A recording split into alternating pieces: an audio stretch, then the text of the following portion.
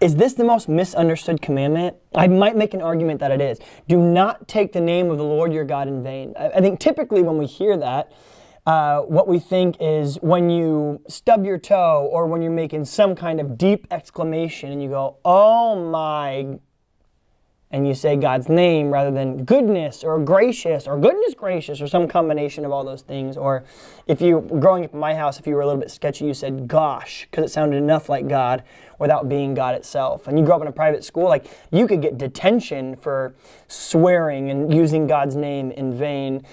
And while I think it is, I think there should be a reverence and a holiness given to God's name. And I'm not sure that it is appropriate to use his name as an exclamation mark on your sentences without the proper reverence of who he is. But I think there's something deeper here. That word for vain is that same word that we would get for vanity. In the Hebrew language, that word, it has this idea of meaning emptiness. And so really what it's calling us to do is it's saying, don't take God's name as your own with sav. It means with a sense of emptiness to it.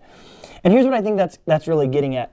It's saying the first commandment, it's a powerful one, thou shalt have no other gods before me. Don't have any other gods except for God. But then it almost says, following up to that with don't take his name in vain, it's almost saying, but listen, when you think about following God, don't think that following God isn't going to come at a price. Don't think that you can follow God empty, or don't call yourself a follower of Jesus if you don't really follow Jesus. See, there is a God that we should worship no other gods before him, but then don't take his name empty.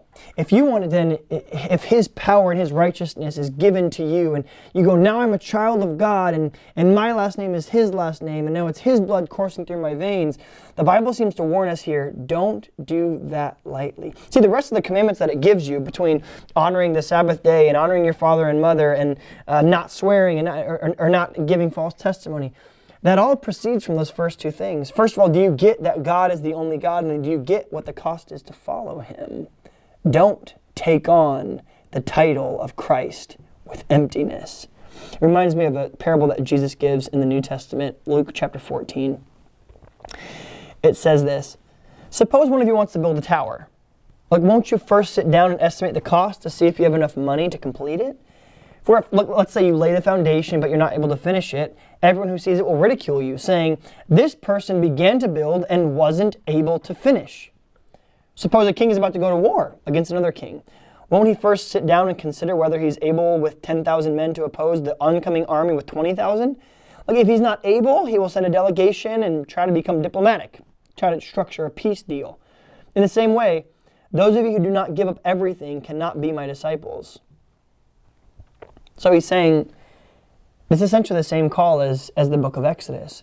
Do not take the name of Jesus Christ in vain. If you're going to take on his name to be your identity and your truth, and John 14:6, the way, the truth, and life, don't do so unless you get that there's a cost to following this Jesus.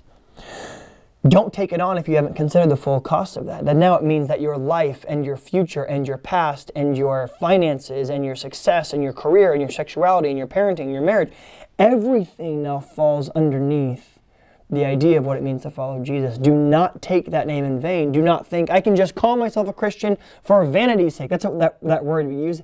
If you're being vain, like if you go to the gym and all you do is work out your show muscles, right? You've ever done that before?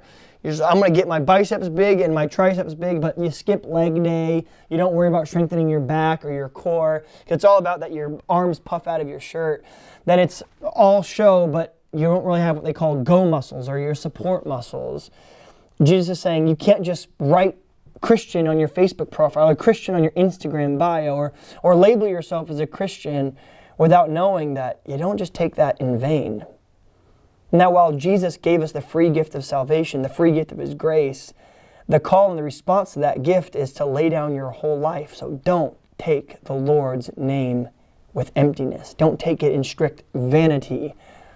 When you bear his name, when you bear his image, when you represent who he is, and when you follow him, it will come at a great cost. So do not take the Lord your God's name in vain. We'll see you tomorrow.